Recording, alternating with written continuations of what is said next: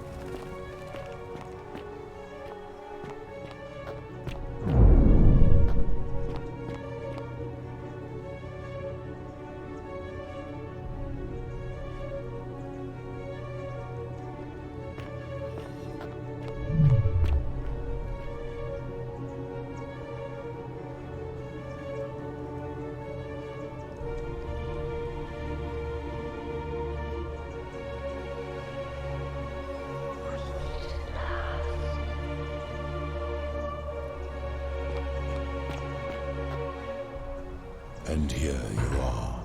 Allow me to introduce myself. As you have already gathered, I've been known by many names.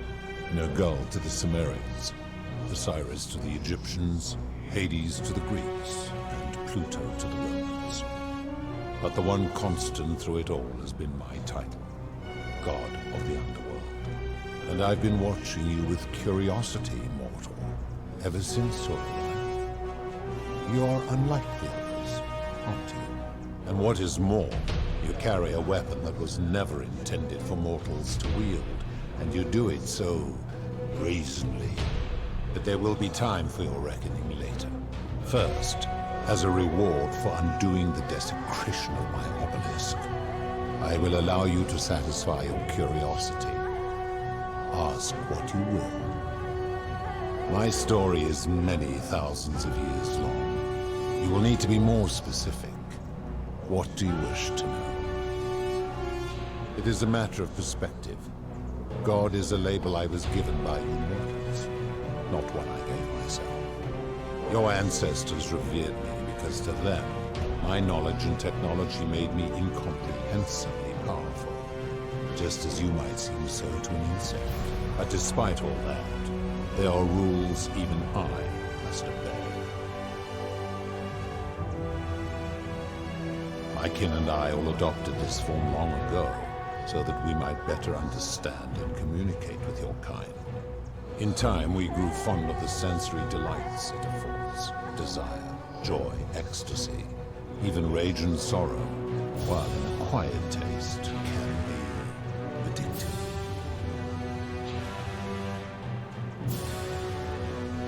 No. Long ago I swore to Persephone that I would remain in this form for as long as we remained among your kind. I must honor that. This is my beloved. Like me, she has been known by many names. Ereshkigal to the Sumerians, Isis to the Egyptians, Persephone to the Greeks, and Proserpina to the Romans. Or perhaps you might know her as the goddess of springtime, the cycle of life and renewal.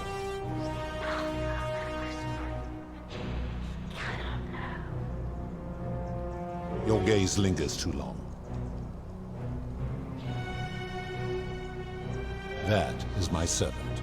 You would have met by the river, though she wears many faces and goes by many names. Kumutabal to the Sumerians, Kirti to the Egyptians, Charon to the Greeks, and Charon to the Romans. Her role is to ferry souls between the mortal world and this one, and to make their transition as seamless as possible. For that, she earned herself the infamous, if erroneous, moniker, the Ferryman. You will talk more later. For now, ask your questions. As you wish. It has come to be known simply as the Underworld, and it exists because of a wager I made long ago. That is a long story, one that began over 3,000 years ago and continues to this day. You see, long ago my kin and I set out from our home on Elysium to search for other forms of life among the stars. We discovered your planet and witnessed your kind evolving from primates into something lawless and barbaric. You all but destroyed yourselves, your 2 short lives being extinguished by violence and ignorance and disease. Yet Proserpina saw raw potential in you, and persuaded the rest of us it would be squandered without our intervention and stewardship. So we revealed ourselves to your people in a place called Sumer. We offered guidance in agriculture, toolcraft, and law, and you called us gods. For a time you flourished, but soon you were too many for us to oversee. And as you spread from that cradle of civilization, we saw something disturbing. We had sown the seeds of dependency and confusion, and soon you returned to your old ways of violence and ignorance, this time in our name. My kin had seen enough, and gave up on your kind, condemning you as barbaric and chaotic, scarcely more than animals. We began preparations to return to Elysium, our home world, a utopia unspoilt by conflict and unimaginable in its beauty. But my Proserpina could not bear to abandon your kind without guidance, and knowing it would force the rest of us to leave her behind, she made an extraordinary sacrifice. She gave up her immortality to descend permanently to the ranks of humankind. And so she began her inescapable trajectory toward death. Horrified, I acted swiftly. I placed her in suspended animation, in a deep frozen sleep, to prevent age and sickness from claiming her. And then I pleaded with Proserpina's father, who the Romans called Jupiter, to bring her with us to Elysium. It was and is my hope that once there, we might one day learn to undo what she has done to herself. But he refused. I did everything I could to persuade him, but he would not relent. He would rigidly uphold his final pronouncement. Humans were unworthy of ascension to Elysium, and no exceptions would be made. But seeing that I was aggrieved, he proposed a wager, the terms of which were as follows. If even one human city could prove itself capable of living without sin for a single year, then Proserpina and all of humanity would be permitted to join us in Elysium. My part would be to remain behind, the last of my kind, to watch over you without interfering, and to sit in silent judgment. And so my reward has been to languish here, enduring a 3,000-year winter, waiting for the day your kind proves itself worthy of her faith in you, so that I might take her with me to Elysium and unthaw my goddess of springtime. And here I am, after all this time, still waiting. There were also gods who, like me, have been known by many names, but perhaps you knew them by their Roman names. Our leader, Jupiter, as well as Neptune, Saturn, Juno, Minerva, Mars, Venus, Apollo, Diana, Vulcan, Vesta, Ceres, and of course, my beloved Proserpina. As the first wave of your kind arrived from Sumer, I had them build a city in their own fashion, so that they might be comfortable and recreate their lives here. I had them build the entrance as a vertical shaft leading to baths, to cleanse them of the sins of their former lives, and to prevent escape. I watched wave after wave of Sumerians arrive, and as their civilization declined over the centuries, they were replaced by Egyptians. Of course, believing themselves to be the superior civilization, the Egyptians promptly built over what had been built before, and made all the same mistakes. After another 1,000 years, the Greeks began to arrive, and then the Romans, and they all did the same thing. They built upon the underworlds of their predecessors, renamed their gods, and ensured their foundations were forgotten. To ensure the wager was fair, it was important that my subjects were chosen at random. To this end, I had my servant distribute 1,000 tokens fashioned from silver, a rare element at the time, across all of Sumer.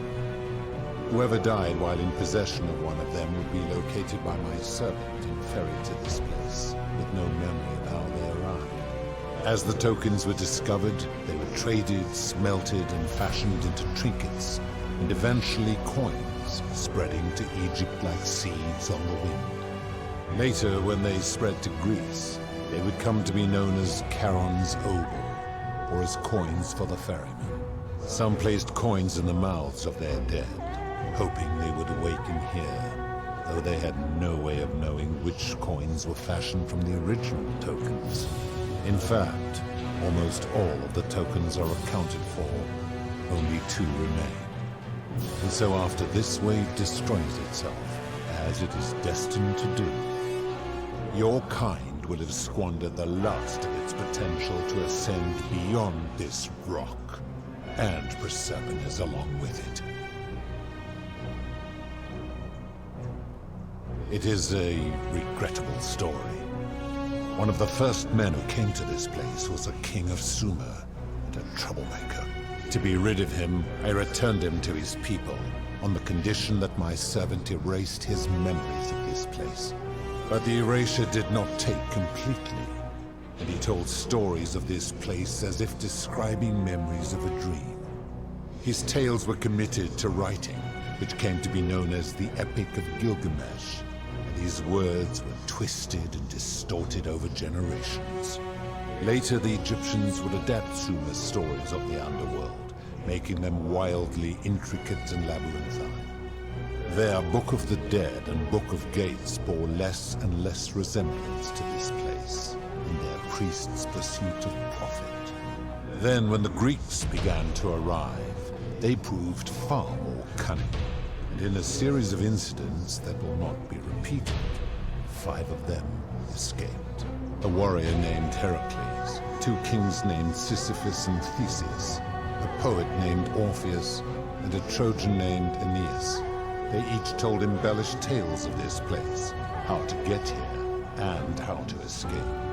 And so from Sumer to Egypt, Greece to Rome, your kind has always told each other stories about this place, though each story contained only a seed of truth. Of course, that is merely the name your people have given to it, but yes, it is my doing. That is a story dating back to the very first wave. After the Sumerians finished building their city, the self-declared ruler threw a banquet to celebrate. Now this man was unmarried, and many women were vying to become his wife, a prestigious position of power and influence in a new world. Of all the women, 2 were particularly ambitious. Both were beautiful, and both arrived at the banquet wearing eye-catching dresses and painted faces, their hair woven in elaborate fashion.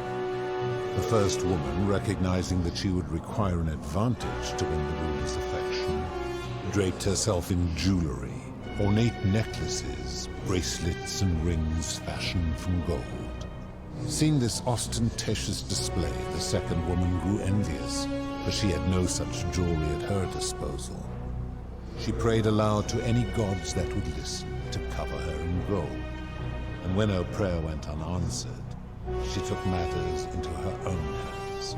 While the others indulged at the banquet, the second woman summoned the first for a discussion in a quiet place. She checked that nobody was watching, and pushed her rival from the top of the ziggurat, where she broke her neck on the rocks below. But I was watching, and I decided to answer her prayer. I took the golden bow left behind by Diana, and I shot that woman in the heart, covering her from head to toe in a layer of molten gold. And I left her to stand there, that she might serve as a grim reminder of what befalls those who sin in my domain. But that was not enough, for the entire city was tainted by her sin, and the wager could no longer be won. So I had no choice but to wipe the slate clean. I gilded them all to make way for a new wave, and began the wager again. And to this day, each of them, and all who came after, line the halls of this city, inanimate but conscious, suspended in time with only their sight and hearing preserved, so they may bear witness to and lament the folly of your kind for eternity, the silent golden sentinels. I give your kind a second chance at life, as well as ample warning about my law. And when you disobey, and you always disobey, you force my hand, bringing terrible suffering upon yourselves. And so you ask if I am the one destroying your lives. And I say, no, you destroy yourselves. I am merely the means by which you do it. When my kin departed, they left behind many relics which I inherited. A consolation prize of sorts. The golden bow originally belonged to one of my kin, who the Romans called Diana. As my collection of golden statues grew, I chose the most ferocious among them, and equipped them each with a duplicate of her bow, and tasked them with hunting down the Forsaken at my behest. They became known simply as Furies. I've always considered that the cornerstone of morality is the ability to determine right from wrong on one's own. No attempt to lay out rules like your Code of Hammurabi or your 12 Tables of the Roman Republic can ever cover all possible scenarios. This should come as no surprise to you, since the core principle has been expressed in many forms by many of your civilizations. The Egyptians made a rudimentary attempt with do to the doer to make him do. The Greeks refined it with avoid doing what you would blame others for doing. The Roman Stoics added, treat your inferior as you would wish your superior to treat you. Even the so-called cultists hiding among you often say, do unto others as you would have them do unto you.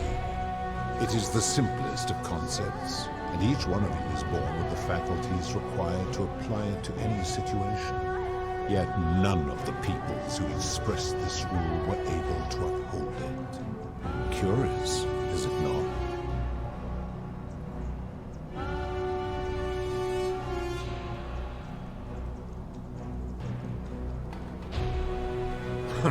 For you, perhaps.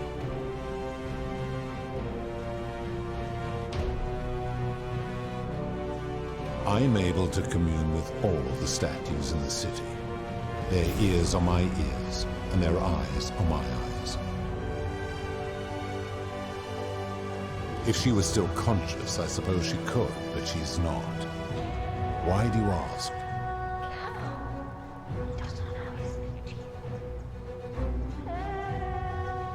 Then what an odd question.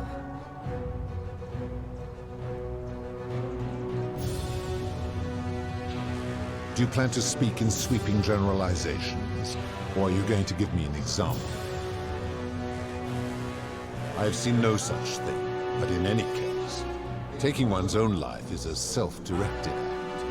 It is not one that is done to others, however they may be affected by it.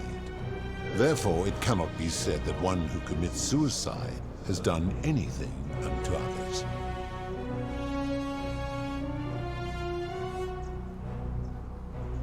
Applying this rule always requires us to interpret the meaning of the words. A literal interpretation helps to minimize the ambiguities of your primitive language.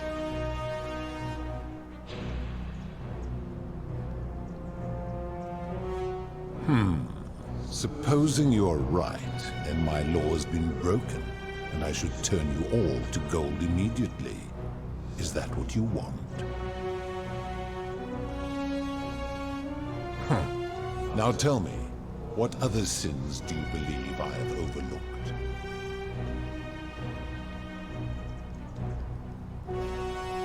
The merchant.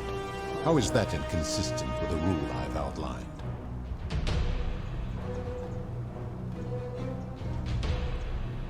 I disagree. Having watched this merchant, that is precisely what he would expect from others, and he would be quite capable of paying the price anyway.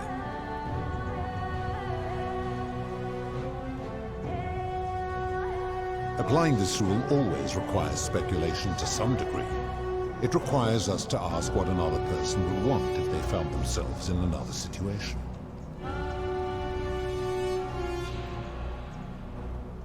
Not if we're wise enough to know the mind of man.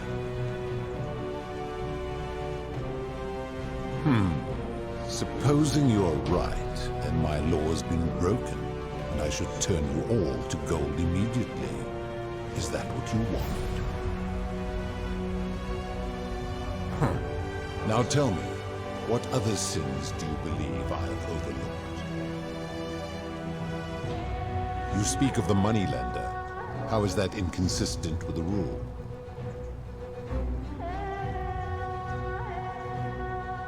And he would never have signed a contract pledging his labor for 30 years.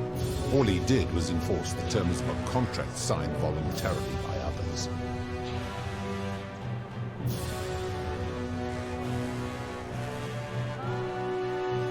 Ignoring your irritating sense of moral superiority, this is interesting. I'm curious, how do people escape poverty where you're from?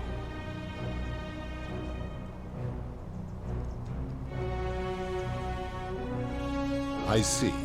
And how long might it take such a person to repay their debt?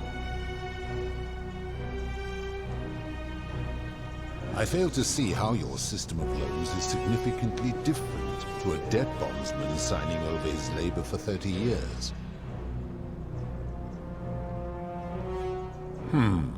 Supposing you're right, then my law has been broken, and I should turn you all to gold immediately. Is that what you want? Now tell me, what other sins do you believe I have overlooked? The midwife and the palace, yes. How is that inconsistent with the rule? The rule is do unto others, meaning other people. Those statues are something else now. Bloodless shadows, mere shapes of their former selves. They are forsaken. What happens to them is no concern of mine.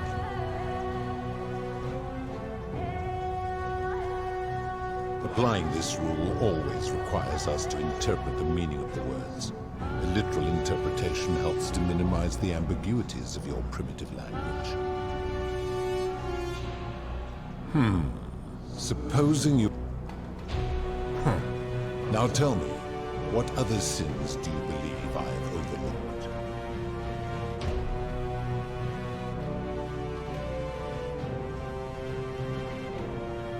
Do you honestly think you could do better?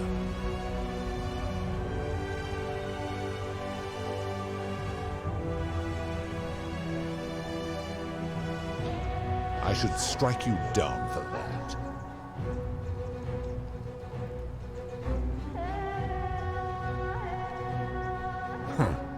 Now, did you have any other questions before your reckoning?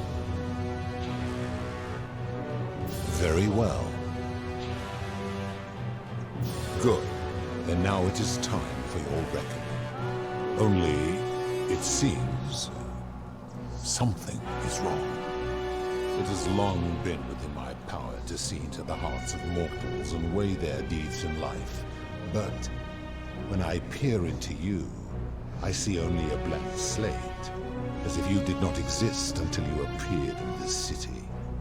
How is this possible? Charon, where did you find this one? I do not remember ferrying you. How did you come here?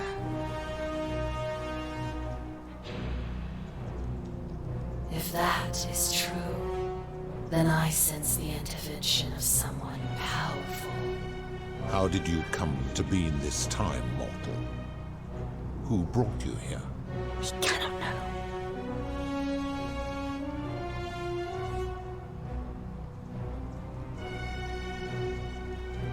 I do not know. My kin departed long ago, and Proserpina slumbered for 3,000 years.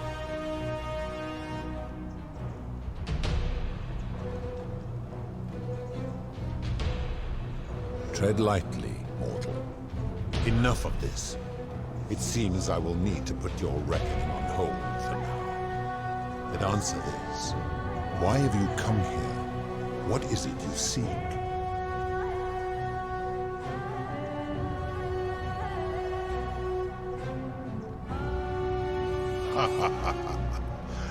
Your hubris is amusing, so I will allow you to make your case. But I warn you, if you anger me or waste my time with lies or wrong-headed arguments, you face death here. So, tell me, why should I put an end to the so-called Golden Rule?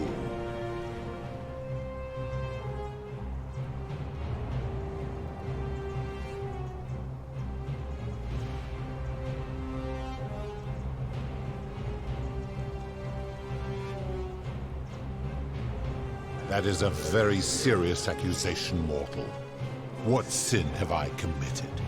What evidence do you have to support it?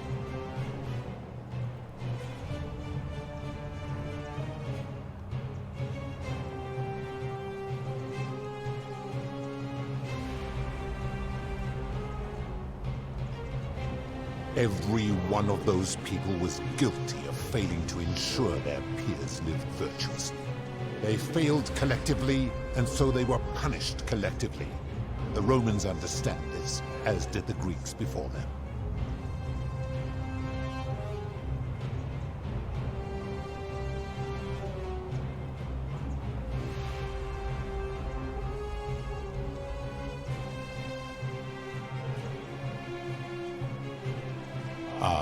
I am a god, and you are a mortal.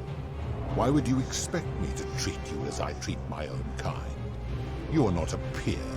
You are not a respected equal. Let me ask you this. Do you treat insects as you wish to be treated? Do you care for their well-being as you would your fellow man? Do you ensure they have food and shelter and protection from predators? Do you give them rights? Of course not, because that would be absurd, just as it would be absurd for me to treat your kind as equals.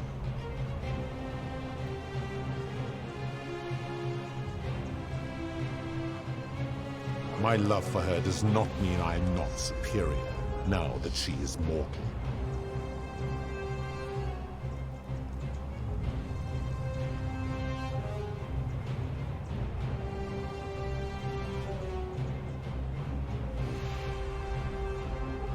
Where to begin?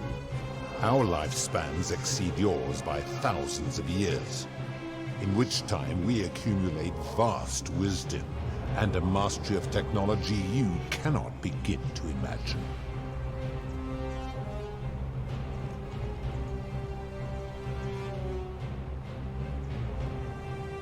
It would be most unwise to get ideas about attacking me,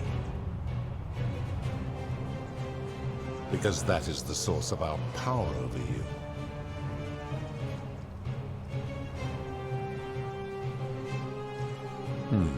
You could say that.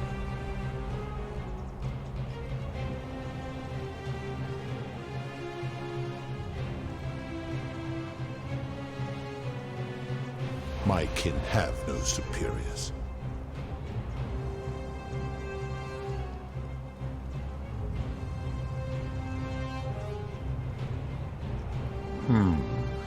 That is true. Go on.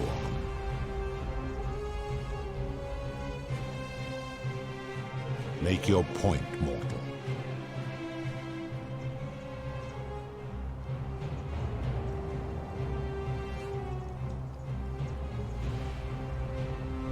Let me ponder that for a moment.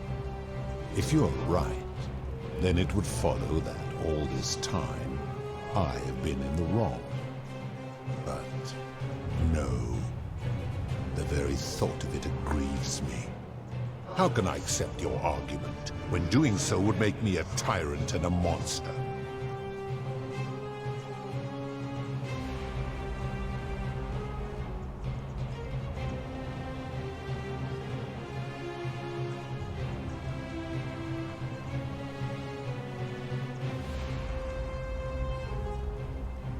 Wait, what? What are you saying?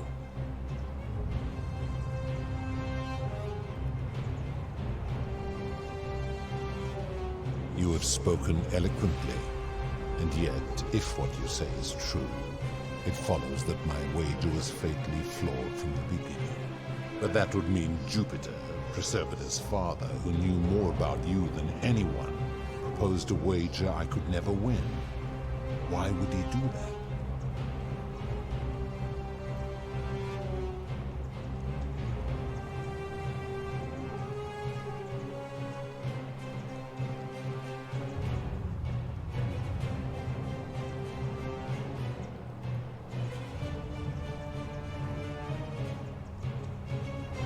A mistake, but he is the best and greatest of us.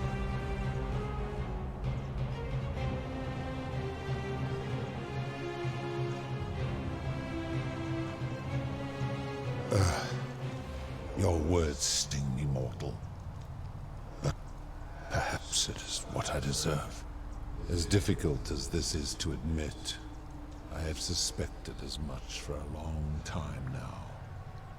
And I cannot deny it any longer. I've been so fixated on taking my beloved to Elysium that every time one of you sinned, it wore away my hope of being with her again. In time, I began to despise your kind for making her believe that you could ever be better than you are. But my rage was not born of malice, quite the opposite. Everything I have done, I did because I loved her. Who knew this empathy of yours, which you celebrate so much, could have such a dark underside. This has gone on too long. It is time for me to let go of this form, of her, of all of you. But know this. If I abandon the way Jern Lee for Elysium, neither she nor your kind may ever ascend.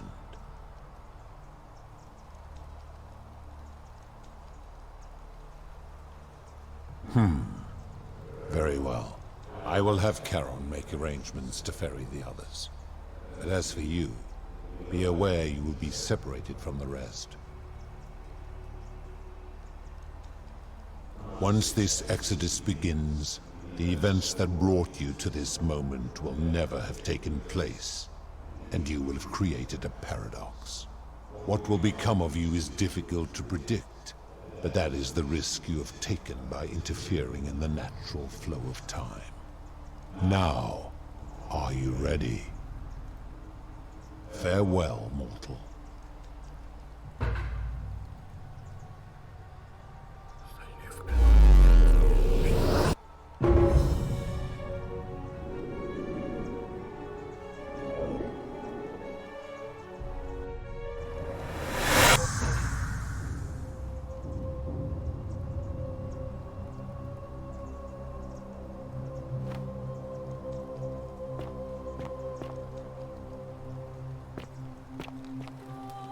Oh.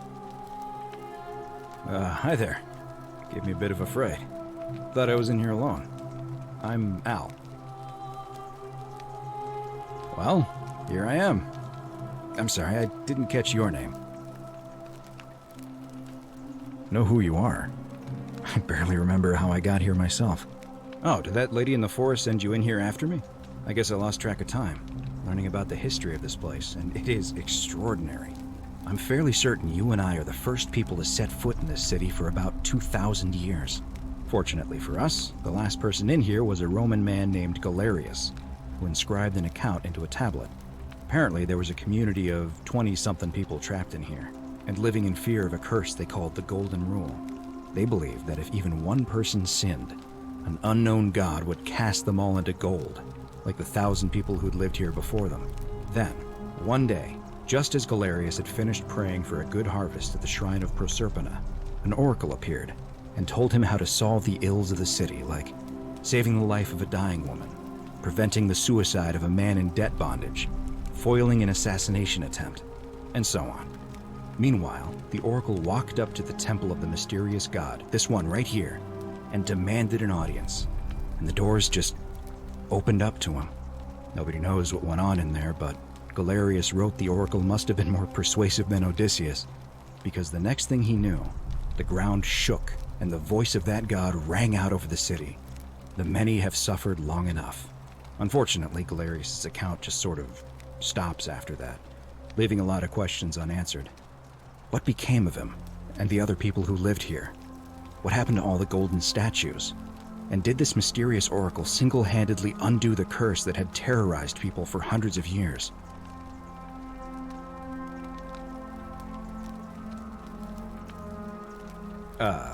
What? Oh, I see. For a moment there, I thought you were serious. Anyway, I think I found a way out through the aqueduct that brought water into the city. Follow me.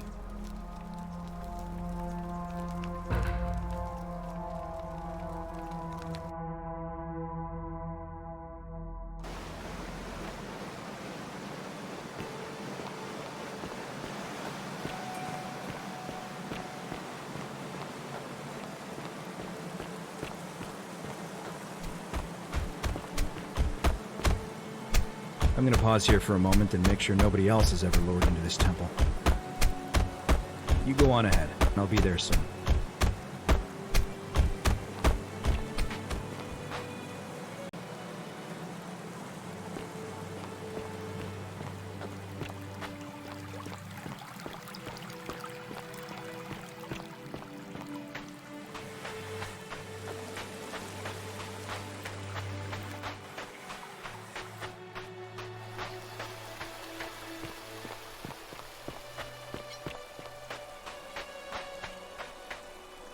You're back!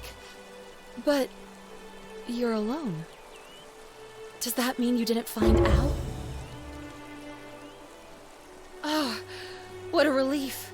Thank you so much. I was beginning to think you'd both become trapped in there. Why don't you tell me what you discovered while we wait?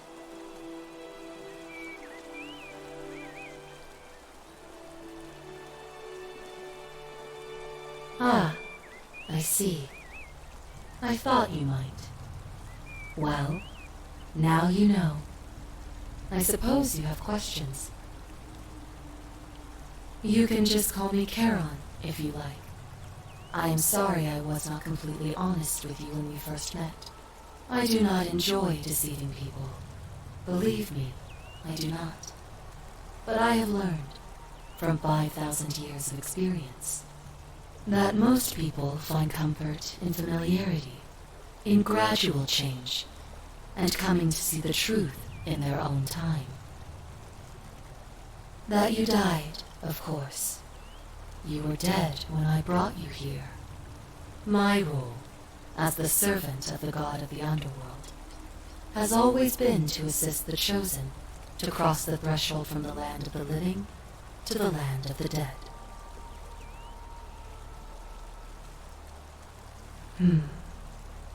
Usually, when people do not remember how they died, it is because they suffered a terrible trauma. Most souls would rather not remember. Ask yourself honestly, do you really want to know? As you wish. You were murdered. You were exploring an old tomb when you discovered a cache of forgotten relics, including 2 silver coins of ancient origin. Unfortunately, as you emerged into daylight, you were set upon by 2 thieves. A nearby hiker saw the scuffle break out and leapt to your aid, trying to help you recover your bounty. You both fought bravely, but your assailants were armed, and you were not. There was nothing you or your ally could have done. He died instantly at the scene, and you followed a few hours later. That man's name was Al Worth. You were each in possession of a sacred coin, called Charon's Opal by some, and so it was my duty to bring you here.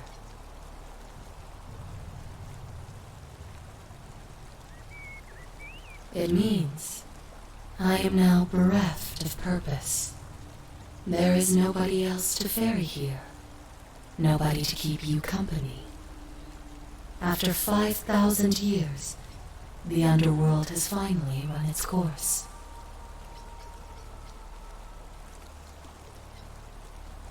Perhaps you have heard the tales of the Greeks and Romans burying their dead with a coin in their mouths to pay the ferryman for passage across the river. Well, those stories contained a seed of truth, but not any coin would do. A long time ago, my master created 1,000 silver coins and had me distribute them across the world. My orders were simple. Whenever a person died in possession of a coin, I was to locate them and ferry them here.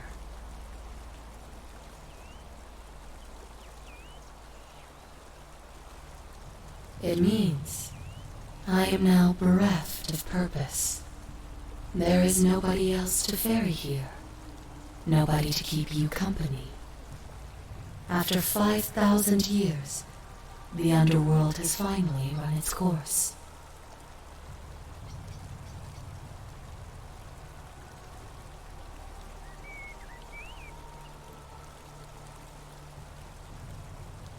I see no point in keeping you here, but I have to ask one thing.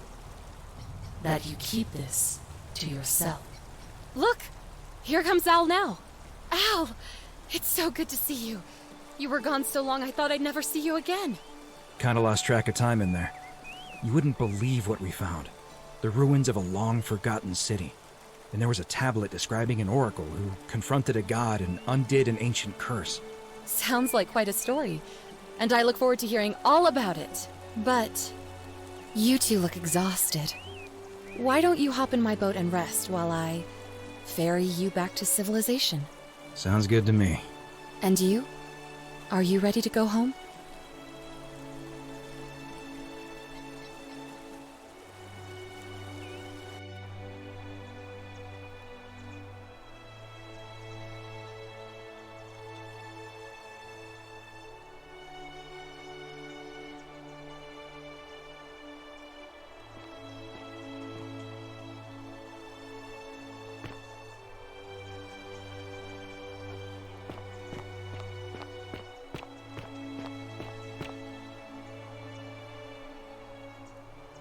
Hey, you made it. It's great to see you again.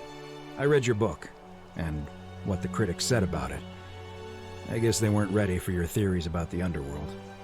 Anyway, after everything you've been through, I thought you might appreciate some good news.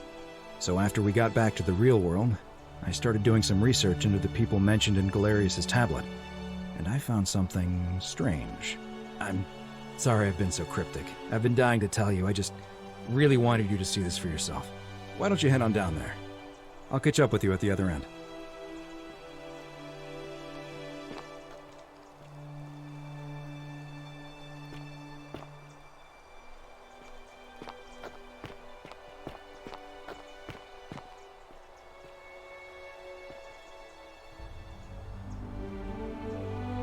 You're finally here. Remember me? It's a crazy story. After you disappeared, Karen appeared and told us she was returning us to the world. Even gave us some coins to help us start our lives over.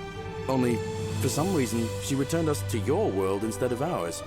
Anyway, I know we only ever had that one conversation, and I wasn't even sure if you'd remember me, but I wanted to say thanks for freeing us from the underworld and giving us a second chance at life. Oh, I used Karen's gift to buy a farm in Umbria. Got a villa on it too, with enough room for Dooley, of course. It's hard work, but I sleep soundly every night. I'm finally my own man, and I wouldn't change it for the world. I know! I can't believe my luck either. But we're engaged and living together. We're planning to get married next spring. If you're gonna be around, we'd love to see you there.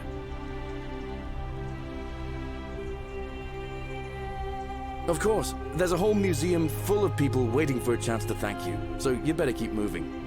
We'll speak again soon, my friend.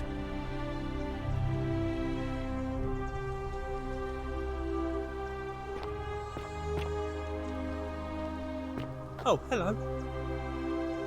You're here. It's lovely to finally meet you. Galerius told me There he all is. about you. So, you're the hero who somehow vanquished the last of the Roman gods. As I'm a priestess, you realize you've put me out of work. I'm just teasing.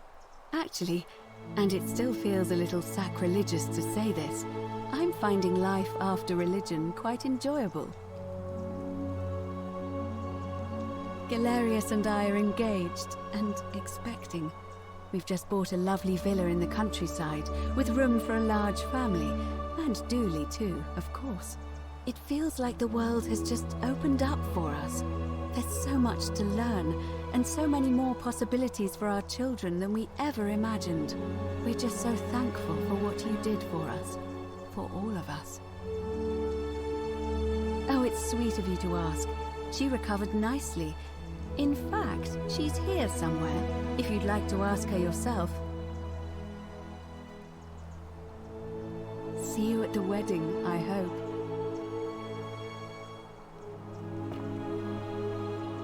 Hello, I'm Dooley. Galerius said you're very nice and a big helper. Thank you for getting us out of the bad place. I didn't like it. I live at Galerius and Equitia's house. They look after me now and help me remember when I forget things, like brushing my teeth. Bye-bye.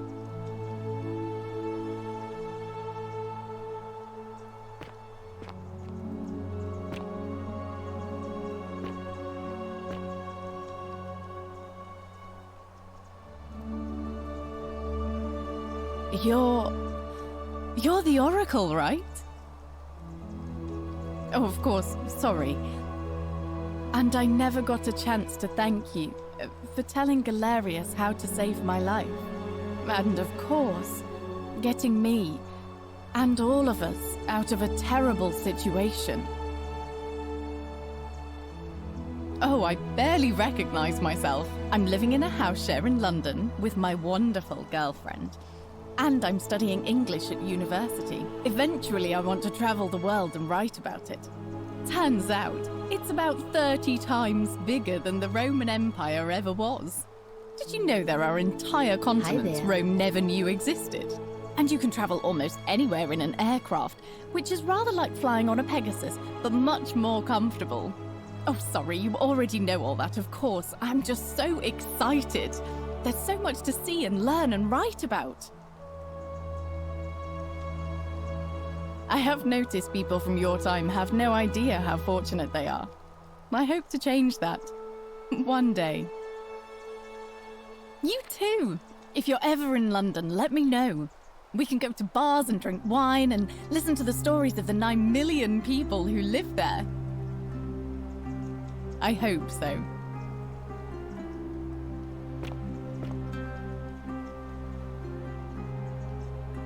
You are here. It's nice to finally meet you. Lucy is fine. I'm making an effort to blend in, as you can see. We are all trying to keep a low profile.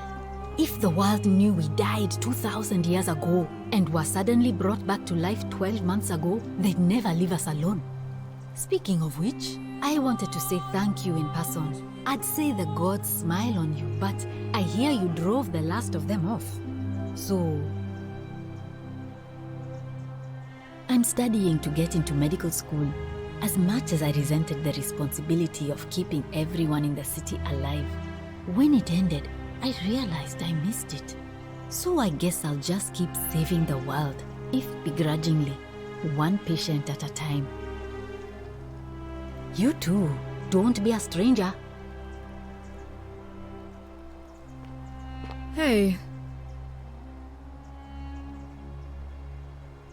Hi there, I'm Horatius. I understand we have you to thank for giving us a second chance at life, and reuniting Centilla with us as well. So, thank you. I'm living up north and studying in the military academy in Modena. I'm going to be an officer one day. The world's changed a lot, but some things stay the same. Would you believe we're still studying military tactics from my time? Alexander the Great, Caesar, Hannibal Barca. Still, I have to keep challenging myself to let go of old ways of thinking and embrace the new. As Seneca wrote, the ones who pioneered our paths aren't our masters, but our guides. Ah, you remembered that. Thank you. I grieved for a time, but that's done. In the words of Epictetus, as those who rode behind triumphant generals remind them they are mortal, remind yourself your precious one isn't one of your possessions, but something given for now, not forever.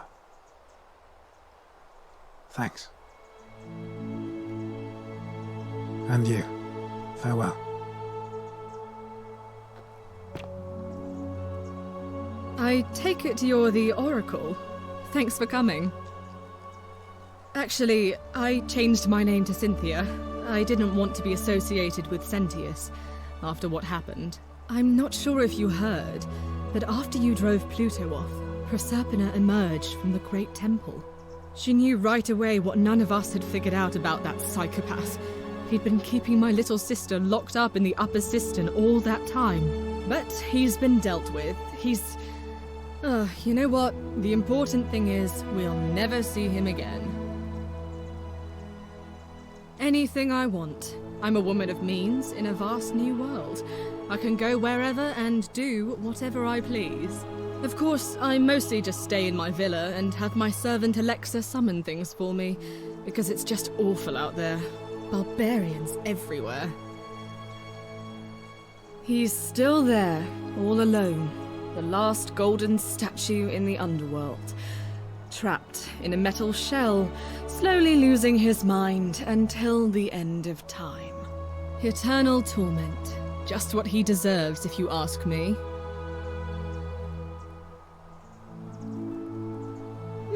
I try not to think about him at all. You too. See you around.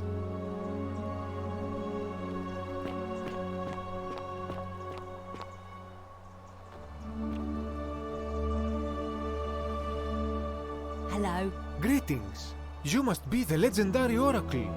It is a sincere privilege to finally make your acquaintance. I am Georgius. I am told we have you to thank for freeing us from Hades, and for that, I am most grateful.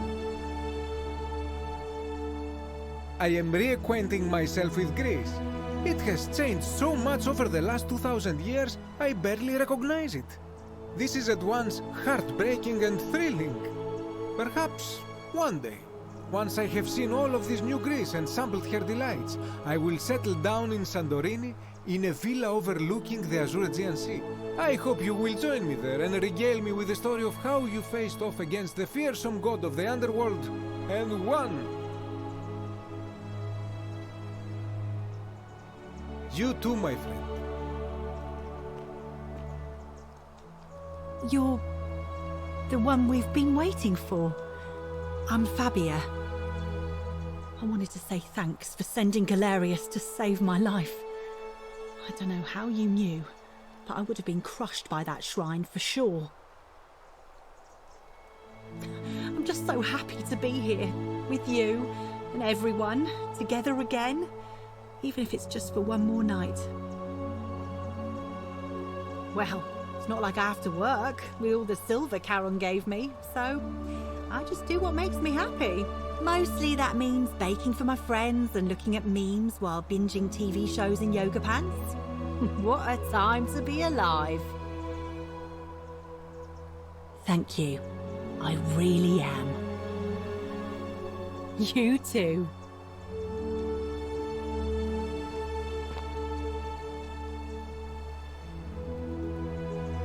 I take it you're the oracle everybody's talking about. It's a pleasure to finally meet you. We have? I'm sorry, I don't remember. In any case, I'm Philip. I never thought I'd leave that cave, let alone the city. And now I'm living in the 21st century. What a time to be alive. And it seems I have your catabasis to thank for it.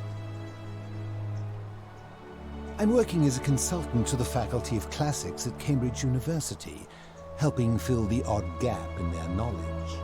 Not that I need the money, but I do love being around enlightened minds again. My sincere thanks once again.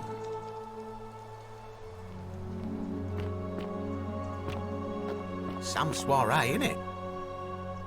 Ah, hello at last. You must be the oracle I've heard so much about. I'm Dacius. Listen, I wanted to express my sincere appreciation for what you did. If it wasn't for you, I'd never been able to sell all those useless old relics I accumulated. Whatever you did in that temple made me a very wealthy man. Thank you. Most gracious of you. I took the money I made from selling my trinkets and started investing in the stock market. That's where the real money is now.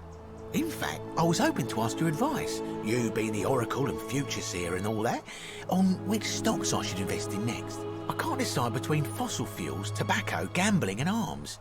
What would you recommend?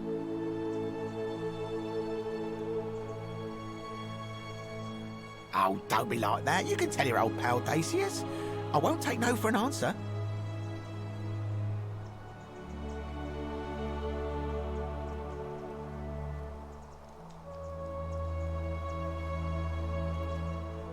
Oh, of course, yeah. I was just thinking the same thing. I'll go home and buy up as much stock as I can tonight. I'm going to make a bloody fortune. Of course, don't let me keep you. Thanks again for the tips, my friend.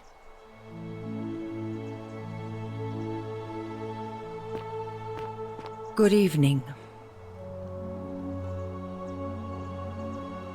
Oh, hello. It's lovely to meet you. I've heard so much about you. I'm thankful that you're here. I was sure the person who drove off the last pagan god would have more important things to do than visit the likes of us.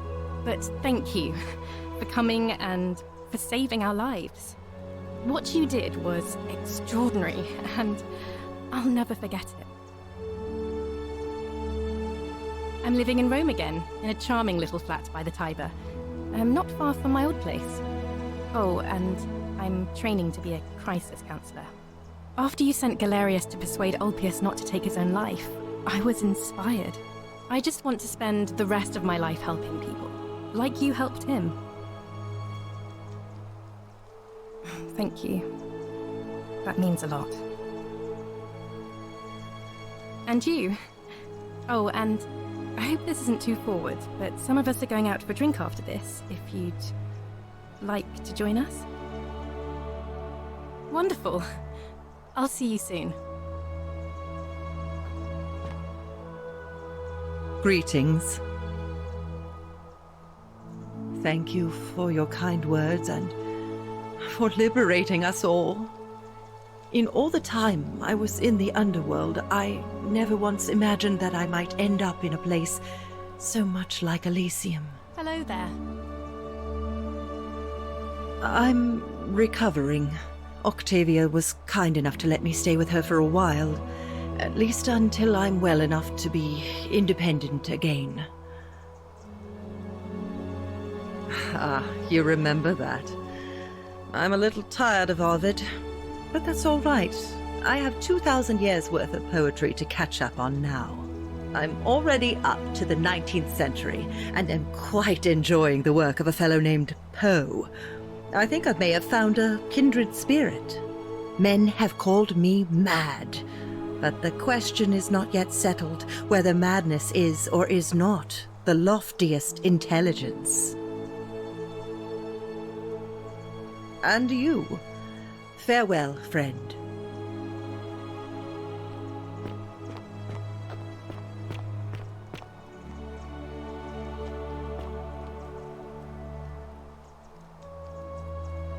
It is an honor to finally meet you, Oracle. You know my name? Oh, of course. You are an Oracle. You know many things. I too would like to offer my thanks for releasing us from that place, and for your role in bringing us here. This world is truly wondrous. For a time, I returned to Alexandria, but they have no need of another fisherman, and I came to see there is nothing for me there. Instead, I have decided to follow the custom of your youths and backpack the world. It is a great adventure, and I have met many people from many cultures. I spent the first 25 years of my life avoiding the 42 sins that would deny me access to the afterlife. Now, I think it is time I had some fun. Indeed. Thank you, Oracle.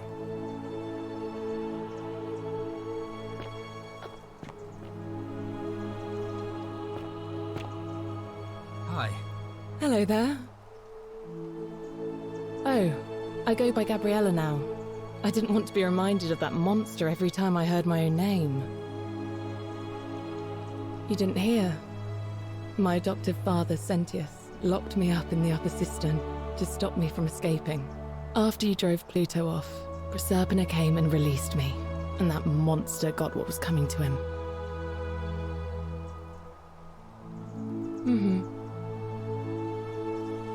I'm living with Ulpius on a little vineyard in Umbria. It's even more wonderful than I dreamed it would be. I'm so grateful to you for making sure he's still with us. If you're ever passing through the region, I hope you'll come and visit us. You can try some of our very own wine. Thanks. You too. It's nice to finally put a face to the name. I'm Ulpius. I understand I have you to thank for sending Galerius to save my life. The way you just showed up out of the blue and stopped me from making a terrible mistake, I'll be forever in your debt. I'm living with Gabriella in Umbria. We finally bought the little vineyard we always dreamed of. It'll be a little while before we know what we're doing, but every day I look at her and this extraordinary new world with all its beauty, and I think, what if I'd given up hope? And missed out on all of this. So we're living each day to the fullest. And we end them all the same way.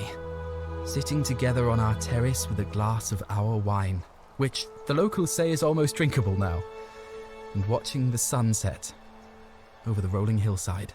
And I couldn't be happier. Thank you. I wouldn't be here without you. You too.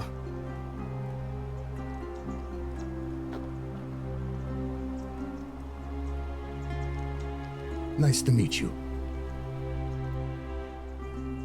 I go by Rufus now. New start, new name. Oh, and thanks, by the way, for what you did. Sorry, I'm no good with the mushy stuff. I live with Virgil in Rotterdam, not far from where he grew up. It's very modern. Destroyed in the war, and it rebuilt itself. Good place for a fresh start. Haven't decided what I'm going to do with my life yet. One adjustment at a time.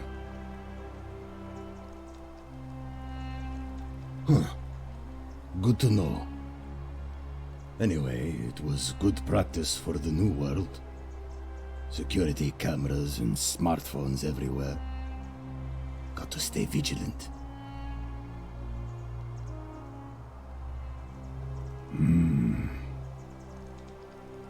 You too. Look us up next time you're in the Netherlands. We're grateful.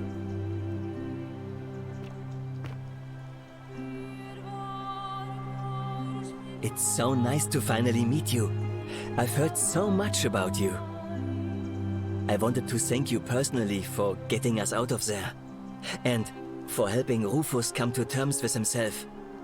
He may come off a little gruff, but once you get past that, he's a lovely fellow.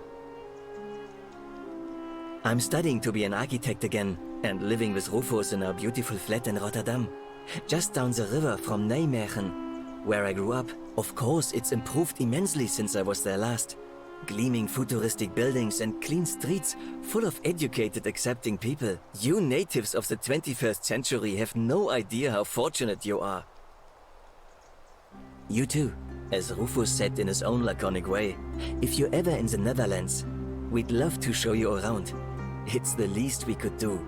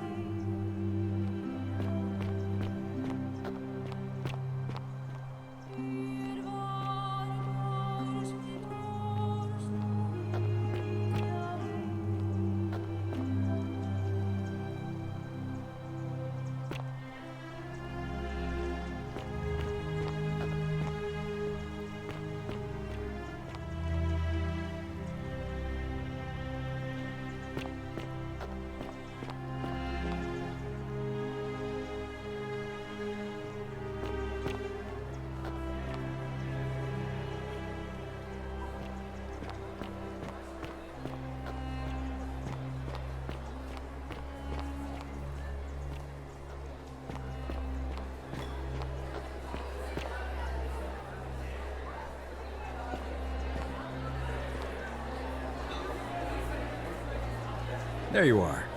I hope you enjoyed that. Now, there's one more person I wanted to introduce you to. I think you know her. Sorry if I frightened you. Just a little joke I've been saving for a long, long time. Allow me to introduce myself properly. I am Proserpina, former goddess of the cycle of life and renewal, and now a regular mortal.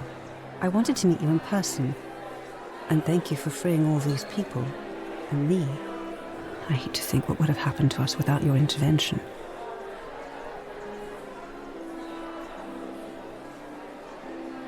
Indeed. Suffice it to say that while Pluto was controlling the eyes and ears of each golden statue, I was able to control their tongues and whisper to you when he was distracted. I am sorry my messages were so cryptic. There were only ever brief windows in which I could speak to you without being detected. I did. I may have given up my immortality, but I still retain my gifts as the goddess of the cycle of life and renewal. After witnessing Pluto punish countless poor souls over thousands of years, I knew this generation, the final wave, would not survive. So I tried to give them a way to buy more time. A second chance. Rather, as many second chances as they needed to avoid his wrath. I don't know what happened to him.